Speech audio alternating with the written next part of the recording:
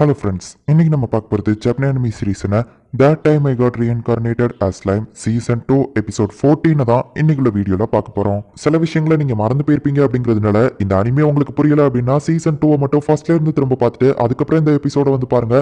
அப்படின்னா தான் உங்களுக்கு கதை புரியும். சரி வாங்க நம்ம வளவலன்னு பேசாம இன்னைக்குள்ள கதைக்குள்ள போகலாம். இன்னைக்கு நம்ம பார்க்க போகிறது That Time I Got Reincarnated as Slime season 2 episode 14.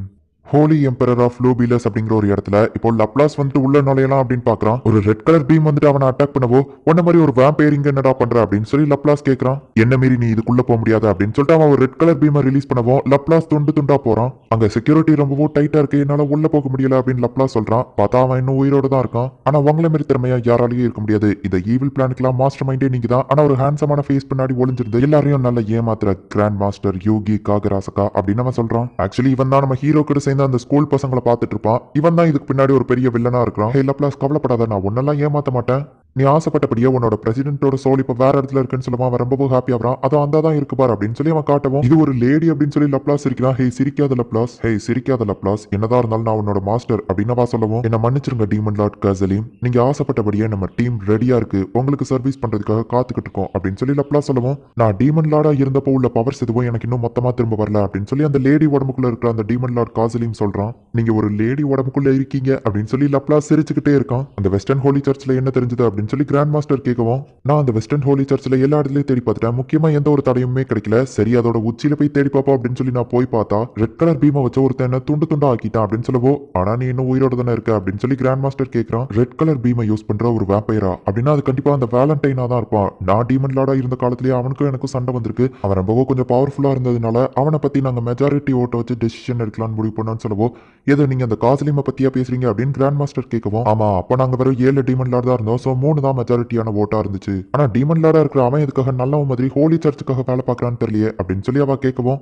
அப்படின்னா அந்த வெஸ்டர்ன் ஹோலி சர்ச்சுக்குள்ள முக்கியமான ஏதோ ஒரு விஷயம் இருக்கு, அதை நம்ம கண்டிப்பா தெரிஞ்சுக்கணும். ஆனா டீமன் லார்ட் வேலண்டைன் அங்க இருக்கிறதுனால நம்ம இப்போதைக்கு தலையிட முடியாது, என்ன பண்றது அப்படின்னு கிராண்ட் மாஸ்டர் யோசிக்கவும் ஒரு டீமன் லார்ட் அந்த இடத்துல இருக்க கூடாதுன்னு நினைச்சீங்கன்னா அது ரொம்பவும் சிம்பிள் தான். டீமன் லார்ட் கிளேமன் மலிம் ஃப்ரே இவங்க 3 பேரையும் வச்சு நம்ம பெர்கஸ் ஸ்டார்ட் பண்ணலாம், அந்த ஸ்லைமோ என்ன பண்ணுதுன்னு பார்ப்போம் அப்படின்னு அவன் சொல்றான்.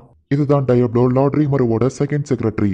அப்புறமா இது ஃபாரஸ்ட்டை ப்ரொடெக்ட் பண்ற ட்ரெயினி ட்ரையர்ட். அப்புறமா இந்த மீட்டிங்ல கலந்துக்கிட்டது டுவார்கான் கிங் காசல். அப்புறமா sorcerer dynasty representative arch duke Erald, animal kingdom 3 Beastketeers Albis Sophia and Phobio. அப்புறமா கிங்டம் ஆஃப் லோம்னஸ்ல இருந்து வந்திருக்க கில்ட் மாஸ்டர் ஃபியூஸ். அப்புறமா ஃபால்மியோட ஃபியூச்சர் கிங் யோம் அப்படின்னு சொல்லி அந்த மீட்டிங்ல கலந்துக்கிட்ட எல்லாருமே இன்ட்ரோடக்ஷன் பண்ணி வைக்கிறாங்க. வெல்டோராக்கு என்னாச்சு நம்ம ஹீரோ கேட்கவும் வெல்டோரா அந்த இடத்துக்கு வந்து நான் லேட்டா வந்ததுக்கு மன்னிச்சிருங்கப்பா, என்னோட புது அவுட்ஃபிட் எப்படி இருக்கு, இந்த சட்டை ரொம்பவே எனக்கு சூப்பரா இருக்கு அப்படின்னு நம்ம சொல்லுவோம். வெல்டோரா இப்படி திடீர்னு மீட்டிங்குள்ள வந்து பேசவோ ஹே ரீமரு இது யார் உன்கிட்ட வேலை பார்க்கறவனா அப்படின்னு சொல்லி கிங் காசல் கேட்கவும் இதுதான் என்னோட ஃப்ரெண்ட் வெல்டோரா அப்படின்னு சொல்லவும் எல்லாருக்கும் அந்த டிராகன் தான் ஞாபகம் வருது. நான் தான் ஸ்ட்ராங் டிராகன் வெல்டோரா அப்படின்னு நம்ம சொல்லவுமே எல்லாருக்கும் ஷாக்கிங்கா இருக்கு. யூஸ் என்னடான்னா மயக்கம் போட்டே கீழே விழுந்துருதான். ஹே வெல்டோரா, இங்க ஒரு முக்கியமான மீட்டிங் போய்கிட்டு இருக்கு, நீ கிரேசியா ஏதாச்சும் பண்ணிட்டு இருப்ப, சோ ஒழுங்கா ரூம்ல போய் உட்காந்து ஏதாச்சும் படிச்சுட்டு இருக்கியா, நான் வந்துருதான் நம்ம ஹீரோ சொல்லவும் ஹே ரீமரு நம்மளாம் பெஸ்ட் ஃப்ரெண்ட்ஸ், நான் தனியா ரூம்ல உட்காந்துருந்தா போர் அடிக்கும், நான் எங்கே இருக்கேன்னு வெல்டோரா கேட்டுட்டு இருக்கவும் ரீமரு உன்கிட்ட கொஞ்சம் தனியா பேசணும் அப்படின்னு கிங் காசல் வந்து கேட்கறான். அந்த மீட்டிங் ஆரம்பிக்கிறதுக்கு முன்னாடியே பாஸ்ல போட்டுட்டு இப்போ இவங்க போய் தனியா உட்காந்து பேசுறாங்க. உண்மையிலேயே அது ஸ்ட்ராங் டிராகன் வெல்டோரா தானா, இதுக்கு என்ன எக்ஸ்பிளனேஷன் வச்சிருக்க அப்படின்னு சொல்லிட்டு கிங் காசேலும் அந்த எரால்டோ கேட்கறாங்க. சரி சரி நான் சொல்றேன் அப்படின்னு நம்ம ஹீரோ சொல்லவும் நான் எரானோட அப்பாவா இந்த இடத்துக்கு வரல, சோசரர் டைனஸ்டியோட ஒரு ரெப்ரசன்டேட்டிவா வந்திருக்கேன், அதை மனசுல வச்சுட்டு சொல்லுங்க அப்படின்னு சொல்லி எரால்டு சொல்றான். சரி நம்ம ஹீரோவோ ஃபர்ஸ்ட்ல இருந்து அவன் ரீஎன்கார்னேஷன் ஆனது, வெல்டோராவை மீட் பண்ணது, டீமன் லார்டா மாதிரி எல்லாரையும் திரும்ப உயிரோட கொண்டு வந்தது, அதுக்கப்புறமா வெல்டோராவையும் இப்போ ரிலீஸ் பண்ணது, எல்லா கதையும் அவங்க கிட்ட சொல்றான். சோ அப்படின்னா அந்த ஈவில் டிராகன் வெல்டோரா உண்மையிலேயே ரிலீஸ் ஆயிடுச்சா, இது உண்மையிலேயே ஒரு பெரிய பிரச்சனை தான் அப்படின்னு சொல்லிட்டு மத்த 2 பேரும் சீரியஸா பேசிட்டு இருக்காங்க. சரி நம்ம இப்போ என்ன பண்றது, இதை வெளியே தெரியப்படுத்தலாமா இல்ல மறைச்சிடலாமா அப்படின்னு சொல்லி காசேல் கேட்கவும் நான் இதை என்னோட எம்பரர் கிட்ட மட்டும் இப்போதைக்கு ரிப்போர்ட் பண்ணா போதும், ஆனா அந்த வெஸ்டர்ன் ஹோலி சர்ச் அவங்களுக்கு இந்நேரத்துக்கு தெரிஞ்சிருக்கும் அப்படின்னு சொல்லி என்ன பண்றதுன்னு அவங்க யோசிச்சுட்டு இருக்காங்க. வந்தப்ப இவங்க 2 பேரும் சண்டை போட்டுட்டு இருந்தாங்க, இப்போ 2 பேரும் ஒன்னா சேர்ந்துட்டாங்களே அப்படின்னு நம்ம ஹீரோ யோசிச்சுட்டு இருக்கோம். ஹே ரீமர் ஒழுங்கா இங்க கான்சென்ட்ரேட் பண்ணு, நம்ம இப்போ என்ன பண்றது அப்படின்னு கேட்கவும் வெல்டோரா திரும்ப வந்ததை நான் எல்லாருக்கும் அனௌன்ஸ் பண்ணலாம் தான் இருக்கேன், அது வெஸ்டர்ன் ஹோலி சர்ச்சுக்கு தெரிஞ்சாலே எனக்கு எந்த பிரச்சனையும் இல்லை அப்படின்னு நம்ம ஹீரோ சொல்லவும் இதுவும் ஒரு வகையில உங்களுக்கு சாதகமா தான் அமையும் அப்படின்னு சொல்லி யாராலும் சொல்லவும் எப்படின்னு நம்ம ஹீரோ கேட்கறான். டீமன் லார்ட் அப்புறமா ஸ்ட்ராங்கான ஈவில் டிராகன் வெல்டோரா இருக்கிற கண்ட்ரியை கண்டிப்பா யாரும் பகச்சுக்கிட நினைக்க மாட்டாங்க அப்படின்னு அவன் சொல்லவும் அப்படின்னா நீங்க என்ன சொல்ல வரீங்க, வெஸ்டர்ன் ஹோலி சர்ச் எங்க கூட சண்டை போட்டா நீங்க எனக்கு தான் சப்போர்ட் பண்ணுவீங்களா அப்படின்னு நம்ம ஹீரோ கேட்கவும் ரீமரு சில விஷயங்களை நீயாவே புரிஞ்சுக்கிடணும், இவ்வளவு ஸ்ட்ராங்கா இருக்கிற கண்ட்ரி கூட யாரும் கண்டிப்பா சண்டை போடணும்னு நினைக்க மாட்டாங்க, அது போக எங்க கண்ட்ரி உன் சைடு தான் இருக்கும் அப்படின்னு காசேல் சொல்லவும் டுவார்கான் எங்க சைடு இருக்குது எனக்கு ரொம்பவுமே சந்தோஷம், யாரால் நீங்க எப்படி அப்படின்னு நம்ம ஹீரோ கேட்கவும் ஆக்சுவலி நான் இங்க வந்ததுக்கு வேற ஒரு ரீசன் இருக்கு, புது டீமன் லார்ட பாக்குறதுக்காக நான் வந்தேன் அப்படிங்கிறது உண்மைதான், ஆனா என்னோட பொண்ணு தான் உங்ககிட்ட அந்த புது டீமன் லார்ட் ஆகிறதுக்கு உண்டான கதை கதையை சொன்னான். சோ ஒரு வகையில பார்க்கும்போது எரன் தான் புது டீமன் லார்ட உருவாக்கி விட்டுருக்கா. சோ ரெஸ்பான்சிபிலிட்டி சோசரர் டைனஸ்டிக்கு இருக்குங்கிறதுனால புது டீமன் லார்டு எப்படிப்பட்டவருங்கிறத பாக்குறதுக்காக தான் எம்பரர் என்ன அனுப்பி வச்சாரு அப்படின்னு சொல்லவும், இப்போ என்ன பார்த்ததுக்கு அப்புறமா உங்களுக்கு என்ன தோணுது அப்படின்னு நம்ம ஹீரோ கேட்கவும், எங்க கண்ட்ரி கண்டிப்பா உங்களை பகிச்சுக்கிட விரும்பல அப்படின்னு நம்ம சொல்லுவோம். டுவார்கான் ஃபர்ஸ்ட்ல இருந்தே ரீமரு கூட ஃப்ரெண்ட்ஷிப்பா தான் இருக்கும் அப்படின்னு சொல்லி கேசல் சொல்லுவோம். ஆனாலுமே இதுல சில விஷயங்களை நம்ம யோசிக்க வேண்டியது இருக்கு. மிஸ்டர் ரீமரு 20,000 ஃபால்மியூத் வீரர்களை கொண்டிருக்காரு அப்படின்னு சொல்லி அவன் சொல்லுவோம். அது ஒரு பெரிய பிரச்சனையே இல்ல. அந்த பாடிஸை யாருக்கும் கிடைக்காதபடி தடயமே இல்லாம அழிச்சிருவோம். அதுல ஒருத்தர் கூட உயிர் பழைக்கல. சோ ஐ விட்னஸ் எதுவும் கிடையாது. நம்ம கதையை அப்படியே மாத்திரலாம். நீ என்ன சொல்ற ரீமரு அப்படின்னு கேட்கவும், நான் செஞ்சது என்ன பொறுத்த அளவு கரெக்ட் தான். சோ எனக்கு எந்த பிரச்சனையும் இல்ல அப்படின்னு நம்ம ஹீரோ சொல்றான். சோ இப்போ இந்த ரெண்டு கண்ட்ரியுமே நம்ம ஹீரோ கண்ட்ரி கூட ஃப்ரெண்ட்ஸா இருக்காங்க அப்படின்னு சொல்லி பேசி முடிவெடுத்து திரும்ப அந்த மீட்டிங்கை ரீசூம் பண்றாங்க. மயக்கத்துல இருந்து ஃபியூஸ் கண்ண முடிச்சு இதுதான் உண்மையிலேயே வெல்டோராவா, இந்த மாதிரி ஷாக்கிங் நியூஸ் எல்லாம் டக்குன்னு சொல்லாதப்பா அப்படின்னு சொல்லி அவன் சொல்றான். இப்போ அந்த மீட்டிங்கை கண்டினியூ பண்றாங்க. நம்ம ஹீரோ ஃபர்ஸ்ட்ல இருந்து ரீஎன்கார்னேஷன் ஆனதுல இருந்து இப்போ வெல்டோராவை ரிலீஸ் பண்ண வரைக்கும் எல்லார்கிட்டயும் திரும்பவும் அந்த கதையை சொல்றான். அது போக அந்த வெஸ்டர்ன் ஹோலி சர்ச்ல இருந்து ஹீனா அப்படிங்கிற ஒருத்தி வந்து உன்னோட சிட்டி என் வழியில இருக்குங்களா, நான் பார்க்க மாட்டேன், மான்ஸ்டரா இருந்தாலும் அழிச்சிருவேன் அப்படின்னு சொல்லி நம்ம ஹீரோவாவை அழிச்ச வரைக்கும் கதை எல்லாத்தையும் சொல்றான். ஹீனா கூட சண்டை போட்டு இன்னும் நீ உயிரோட தான் இருக்கியா அப்படின்னு சொல்லி ஃபியூஸ் ஆச்சரியமா கேட்கறான். நான் அவகிட்ட என்னோட சுச்சுவேஷனை எக்ஸ்பிளைன் பண்ண ட்ரை பண்ண, ஆனா அவ கேட்கவே இல்லை. என் கூட ரொம்பவும் மோசமா சண்டை போட்டா அப்படின்னு நம்ம ஹீரோ சொல்லுவோம். ஆனா நான் கேள்விப்பட்ட வரைக்கும் அவ ரொம்பவும் நல்லவா, மத்தவங்களுக்கு ஆபத்துனா அவ கண்டிப்பா உதவி செய்வா அப்படின்னு சொல்லி ஃபியூஸ் சொல்லவும், பரவாயில்ல ஃபியூஸ், நீ நிறையவே தெரிஞ்சு வச்சிருக்க.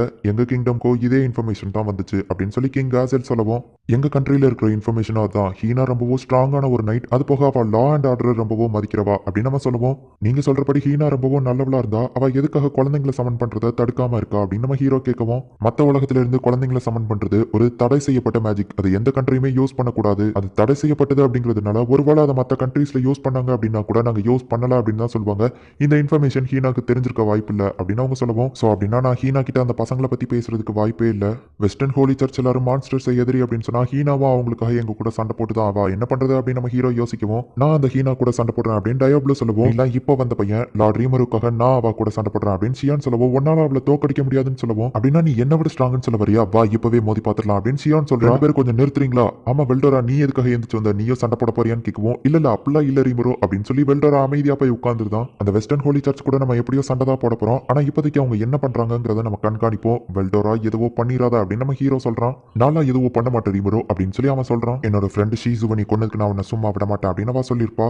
ஷீசுவனை அப்சர்வ் பண்ணி இந்த ஃபார்முக்கு மாறினது கொஞ்சம் பேருக்கு மட்டும்தான் தெரியும். அந்த கொஞ்சம் பேர்ல ஹீனடா கிட்ட அதை யார் சொல்லியிருப்பான்னு பார்த்தா அதுக்கு ஒரே ஆன்சர் அந்த கிராண்ட் மாஸ்டர் தான். அப்ப அவனும் ஒரு எதிரி தான் அப்படிங்கறத நம்ம ஹீரோ புரிஞ்சுக்கிட்டான்.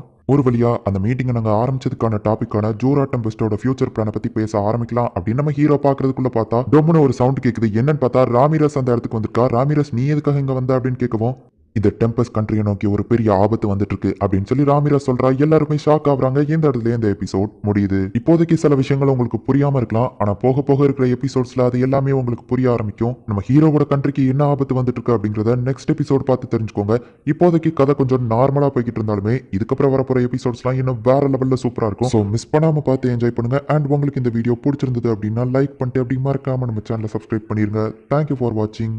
Bye guys. நெக்ஸ்ட் எபிசோட்ல மீட் பண்ணலாம்.